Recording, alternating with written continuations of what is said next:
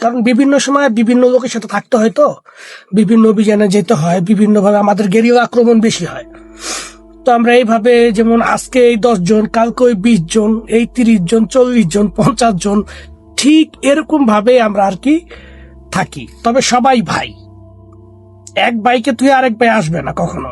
যদি সে মারা যায় বা গুলি খায়, তারে আনলেও লস, সে মরে গেছে, তার দম চলে গেছে, তখন তারা আমরা ফালা দিয়ে আসি।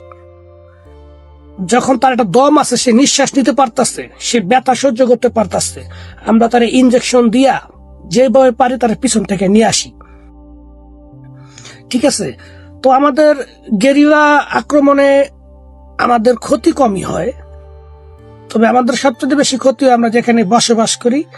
ওরা যে কোনো প্রযুক্তির মাধ্যমে, হ্যাঁ, ওরা আমাদের উপর আক্রমণ করে। এই জিনিসগুলাই হচ্ছে আমাদের জন্য বিপজ্জনক, আর কিছু না।